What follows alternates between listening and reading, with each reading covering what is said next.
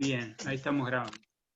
Bien, entonces estamos ante una nueva jornada, una nueva clase de análisis jurisprudencial de José Cepaz, análisis de la Corte, jurisprudencia de la Corte, en 12 de agosto, retornando luego del receso. Un receso raro, porque seguimos todos en nuestras casas, pero bueno, receso al fin.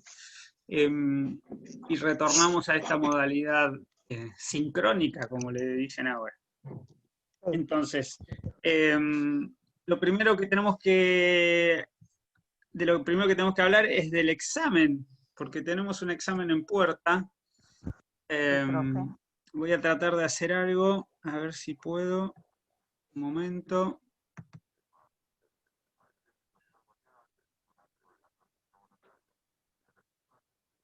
No, esto no. Un momento. Acá está. Entonces vengo acá y voy a poner compartir.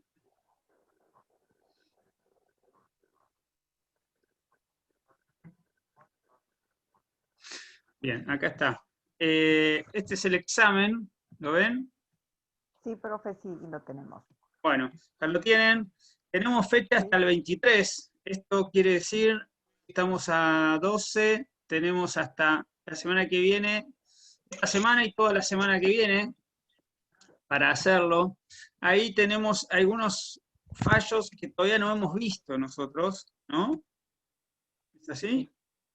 González Victorica, Arenzón, Hoff y Castillo, esos los tenemos bien, pero después vienen FAL, que vamos a empezar a ver en estos días, y bueno, y después viene el Choice. Bueno, es un examen relativamente sencillo, ya tenemos vasta experiencia en el análisis de los fallos, pero por lo pronto, y siendo que estamos volviendo del receso, lo que les aconsejo es ponerse esta semana a hacerlo o a pulirlo, y la semana que viene le dedicamos un rato si hay dudas. ¿Les parece? Perfecto, profe. Bien.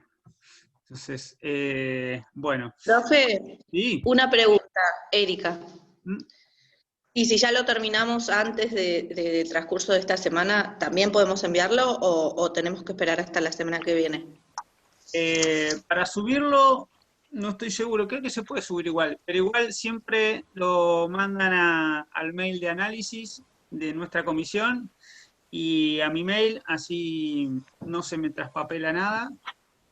Pero sí, lo pueden hacer. Yo creo que algunos ya tengo. Alguien me lo mandó, ya les digo. Lourdes Ponce, ya tengo uno, que lo guardé. Así que sí, no hay problema. Ok, gracias, profe. Los adelantados y vanguardistas al frente. Bien, entonces, dicho esto y hechas las salutaciones correspondientes, vamos al primer fallo que teníamos para hoy. Lorena o Alejandro, si quieren hacer una introducción. Hola, buen día, ¿cómo están?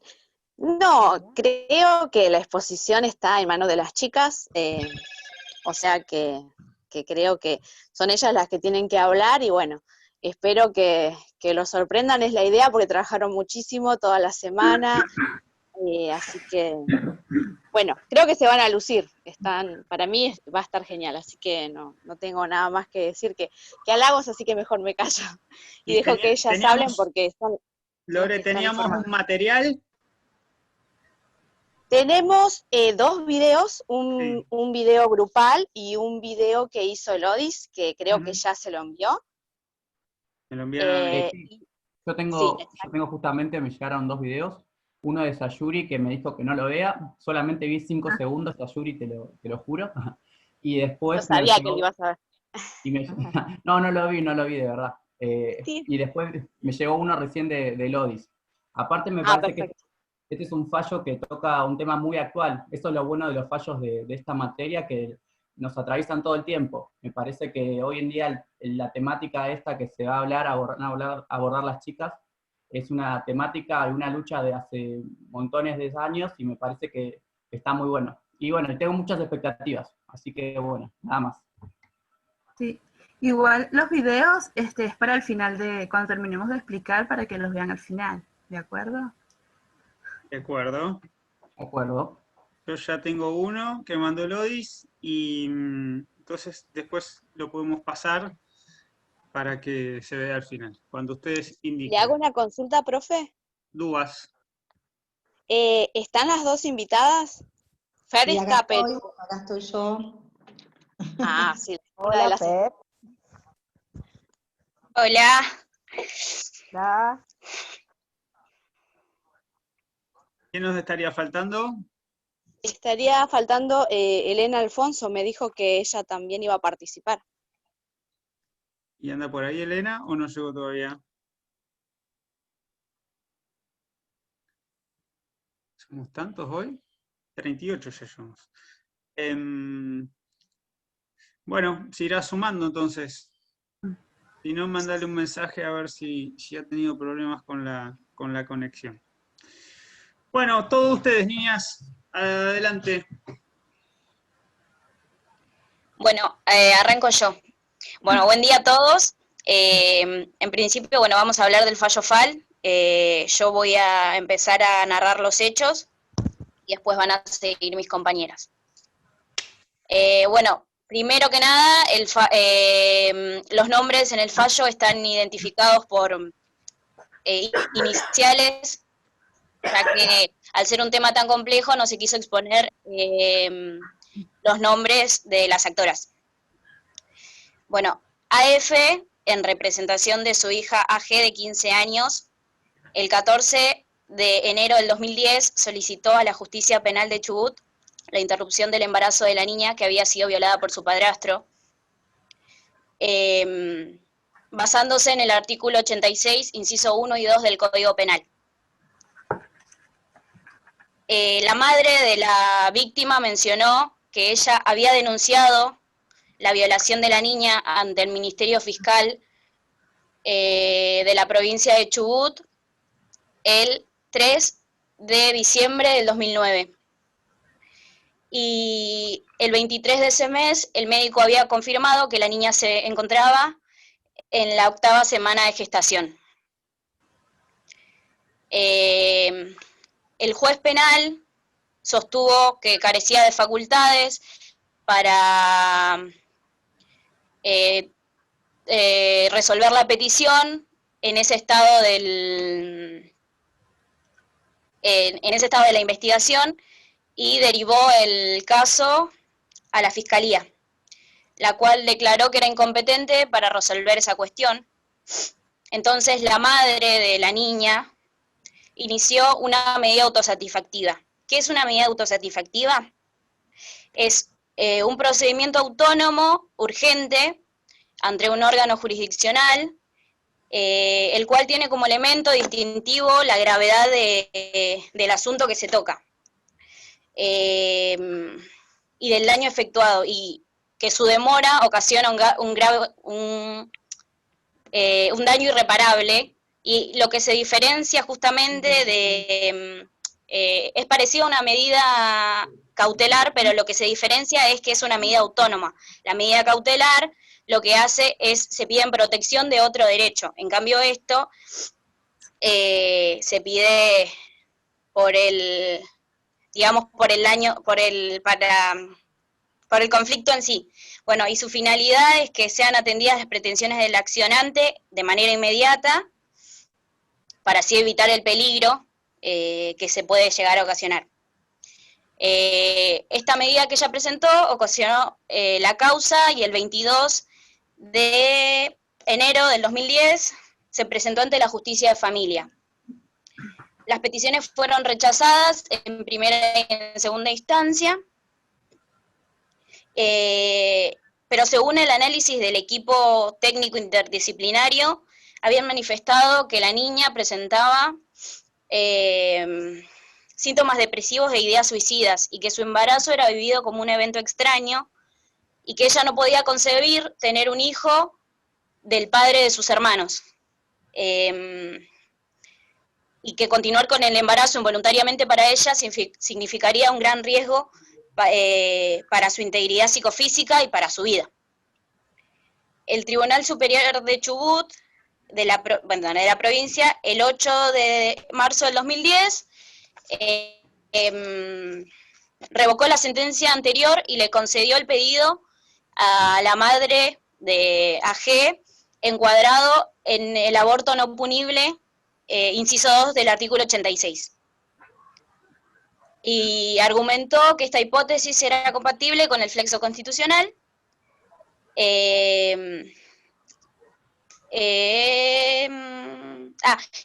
que era innecesaria la autorización judicial para otorgar, pero para concluir la controversia otorgaba la autorización, por más de que sea innecesaria.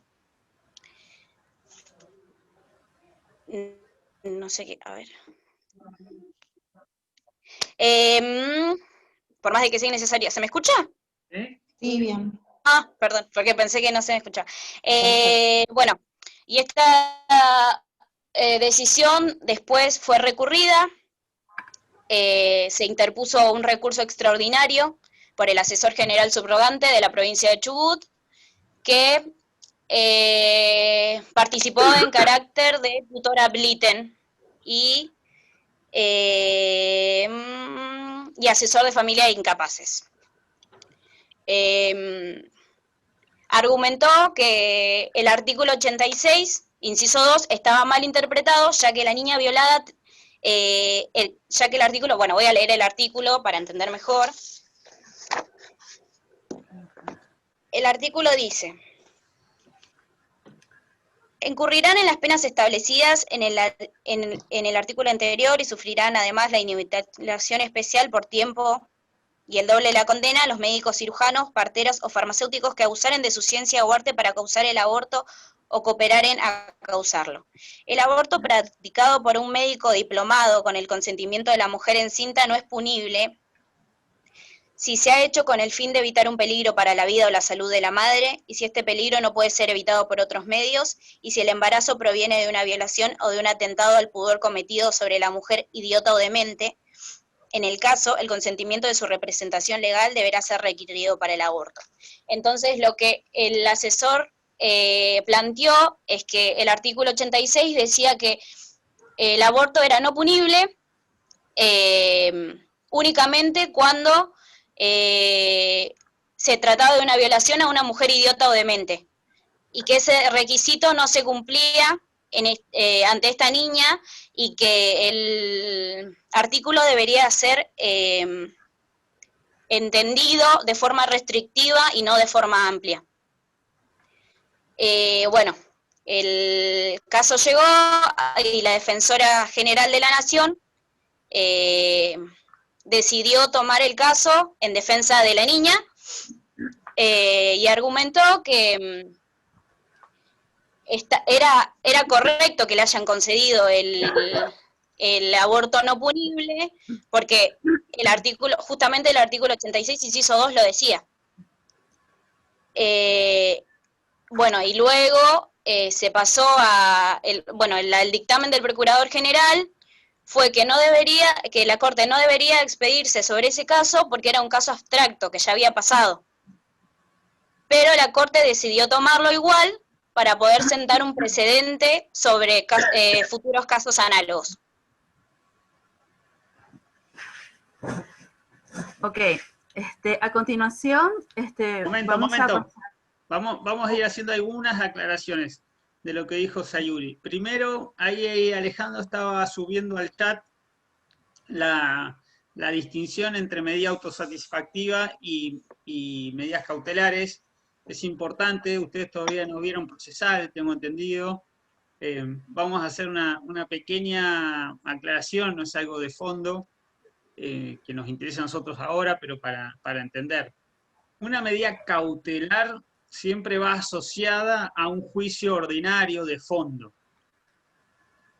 Pido algo en una demanda, pero le agrego una medida cautelar para que el juez disponga una resolución rápida, efectiva, sin pedirme demasiada prueba, ni dar traslado a la otra parte, O sea, algo inmediato Rápido. es algo así, yo pongo siempre el ejemplo. Me están por derrumbar la casa, porque dicen que pertenece a otra persona y quiere hacer un terreno baldío. Entonces yo voy al juez y le digo, no, mire, la casa me pertenece a mí, entonces no permita que la otra persona me la quite.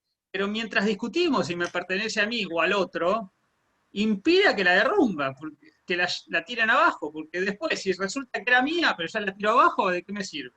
Entonces, eso es una medida cautelar dentro de un juicio que se está resolviendo y que va a tardar mucho tiempo. En cambio, una medida autosatisfactiva, como su nombre lo indica, no es complementaria de un estudio de fondo, de un juicio ordinario, sino lo que busca es autónoma, o sea, se consume en sí misma. Lo que busca es eso.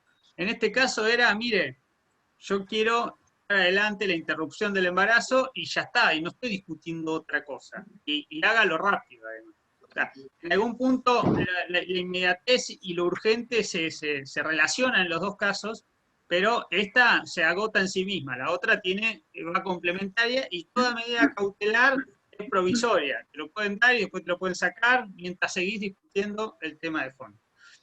Eso por un lado. Y por otro lado, una aclaración más de tipo filosofía del derecho. Todo lo que vamos a ver en este fallo ronda en torno a un artículo del Código Penal. Lo vamos a dar vuelta del derecho y del revés muchas veces. Tenemos que tener bien en claro qué dice ese artículo. Después, tenemos que ver cómo se interpreta. Pero ¿qué dice ese artículo? Ahí tenemos que ver, digamos, un párrafo sobre estructura de una norma. Cuando ustedes estudien Kelsen, filosofía del derecho y lógica de normas, van a ver que una acción determinada, cualquier acción, yo siempre en clase me subo al banco para graficarlo, pero cualquier acción determinada puede estar calificada por una norma de 3 maneras. Esa acción puede estar prohibida, puede estar permitida o puede ser obligatoria. Son 3 modos de calificar una acción normativamente hablando. No hay un cuarto modo, son esos 3. ¿Qué quiere decir que está prohibida? Que no se puede hacer. Y si alguien lo hace, se le aplica una sanción. Eso es lo que llamamos que esa acción es punible, es decir, es susceptible de que te apliquen la consecuencia que es una sanción. Si una acción es obligatoria, uno debe hacerlo. Y si no la hace, le pueden aplicar una sanción. Y si la acción está permitida, uno puede elegir entre hacerla y no hacerla. Y no hay consecuencias. Si uno hace, no tiene consecuencias, y si uno no hace, no tiene consecuencias. Porque uno está autorizado a hacer las dos cosas, hacer o dejar de hacer, o omitir hacer. En cambio, los otros dos casos, uno está obligado a hacer algo, o hacer o a omitir. Si es obligatorio, lo tengo que hacer, si está prohibido, tengo que omitir hacerlo. Y siempre sabiendo que hay una consecuencia que se liga a la acción. La fórmula de una norma jurídica es si P, entonces Q. Si hago esto, entonces se le sigue una sanción. Si yo practico una interrupción del embarazo, me sigue una pena. Acá viene lo interesante de este caso, que el Código Penal dice, si usted practica la interrupción, va a tener una sanción. Usted, médico, o usted, paciente, salvo que, y acá entran las excepciones. Entonces nosotros tenemos que tener bien claro la regla del Código Penal y después las excepciones. Y acá lo que vamos a estudiar a fondo es una de las excepciones, o las últimas 2 excepciones. El primero es si corre riesgo la vida de la mujer, y el segundo es si fue producto de una violación. Y ahí es donde nos vamos a meter, pero sabiendo que es una excepción a la regla que está prohibido practicar el aborto. o quien practicar el aborto va a ser pasible de una sanción. ¿Se entiende? Esa estructurita la tenemos que tener en claro para ver cómo se desarrolla la interpretación en este fallo de esa norma. Y van a ver que no es fácil, parece simple ese articulito, pero nos vamos a terminar yendo al derecho internacional y un montón de lugares para tratar de entender el sentido de lo que recién leías ahí. Bien, ahora sí, ¿quién sigue? Lodis, creo. Sí, Profe, perdón, Elodis, ¿puedo hacer una aclaración antes que sigas? Adelante. sí. Sí, lo que quería decir que me había olvidado es que alrededor del fallo vamos a ver que al mencionar el embarazo de la chica se van a referir al nasciturus. No sé si está bien dicho. Sí. ¿Qué quiere Bueno, decir? este término hace referencia a la persona por nacer. Ujú. Entonces, quería aclarar eso porque también es algo medio confuso. Y que la Corte, cuando habló de que iba a resolver el caso, se refirió al caso y dijo que es verdad que estos casos nunca llegan, por la gravedad que tienen, nunca llegan a una instancia federal, y citó el fallo de Estados Unidos, Roe versus White, en el que una chica solicitó la interrupción del embarazo y se la concedieron después de que había tenido a su hija, bueno, al bebé, y ella ya lo había dado en adopción. Bien, Sayuri. Nasciturus, ¿y qué otro sinónimo se usa? No nato. Non nato, muy bien. No nato. non No nato nato. o no nato todo junto. Bien. Y después, esta última aclaración que haces es pertinente porque la Corte hace una excepción al procedimiento normal, porque dice, acá hay una cuestión de orden biológico. Un embarazo dura 9 meses, y nadie llega a la Corte por los pasos reglados antes de los 9 meses. Incluso mucho antes, que es el término propicio para hacer una interrupción. Entonces, ahí hace la excepción, pues dice, tengo que arreglar esto para casos futuros análogos, porque si no, nunca voy a llegar a tiempo. Ese es el argumento que utiliza la Corte. Profe, Bien. Sí. con respecto a lo que está diciendo Sayuri, el caso Roe contra Wade es un caso de la Corte norteamericana y que del año 1973, 73.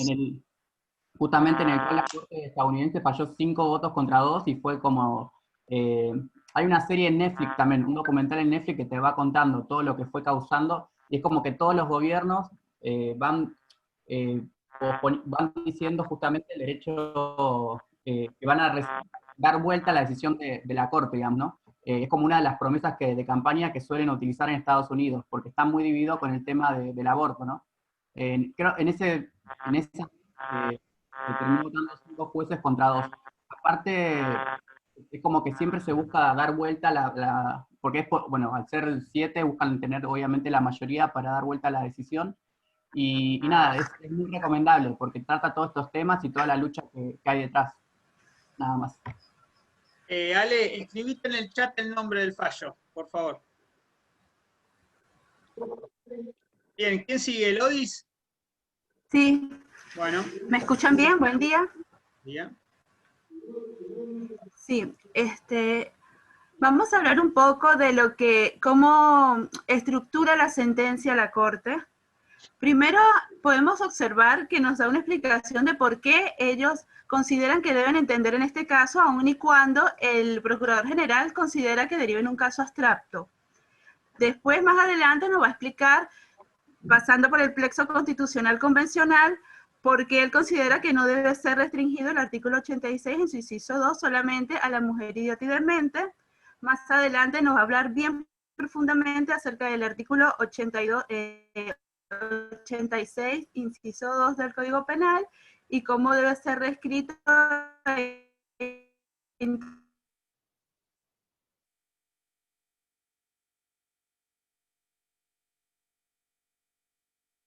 convencionales. Entonces, inicialmente por lo que estaban diciendo ustedes, inicialmente porque este tipo de casos, debido al corto tiempo de gestación, resulta muy difícil que llegue debido a los tiempos procesales, a relación a los tiempos procesales. También nos habla de que este tipo de casos puede llegar a repetirse en muchas oportunidades, y por lo tanto es muy importante que el Tribunal Supremo de Justicia exprese su criterio, que los tribunales inferiores sepan exactamente cómo deben fallar para evitar también también para que ayude un poco con la economía procesal, para que no estar todo el tiempo pidiendo judicializaciones, que se expidan diferentes cortes en el país de diferentes maneras. También nos habla de que habla del fallo que justamente estaban explicando ustedes, que es el del Roe v. Wade, que explica que justamente la chica pidió realizarse un aborto porque, según ella, había sido violada y estaba embarazada. Se lo negaron en Texas, que es de donde ella era. Poco a poco se fueron abriendo diferentes instancias donde le fueron negando su derecho, y finalmente, cuando llegó el Corte Suprema de Justicia, habían pasado 3 años, ella había tenido a la nena y la había dado en adopción. Entonces explicaba claramente que no podía la Corte desentenderse de este caso, porque necesitaba claramente que su opinión fuera expresada para futuros casos análogos. Después, más adelante, si nos acercamos un poco al considerando 6, los que tengan el fallo, podemos observar que a la Corte le preocupa también la responsabilidad que puede tener el Estado argentino al no implementar las medidas que le están exhortando todas las convenciones internacionales a las cuales se suscribió. Es decir, que en vista de que el recurrente está invocando artículos constitucionales y convencionales, es muy importante que el Tribunal Supremo de Justicia, en su control de constitucionalidad y convencionalidad, pueda también sentar un precedente para evitar que en un futuro Argentina pueda tener algunas sanciones internacionales. Más adelante, si seguimos viendo el fallo, podemos observar que el tribunal nos habla de la ley 48, en su artículo 14, inciso 3, y nos dice que este tipo de sentencias, por ser una cuestión federal, la Corte tiene competencia para poder dictar una sentencia. ¿Qué significa esto? Que si recordamos el artículo 14 de la ley 48, inciso 3, nos dice que las sentencias del Tribunal Superior de las Provincias pueden ser apeladas siempre y cuando esta sentencia esté relacionada sea una sentencia definitiva y que la Corte haya fallado aparentemente en contra de algún derecho o algún artículo que se considera constitucional. Entonces la Corte Suprema de Justicia puede intervenir en ese caso por ser una cuestión federal. ¿De acuerdo? Continuando un poco más, la sentencia de la Corte nos habla de que el recurrente nos indica que el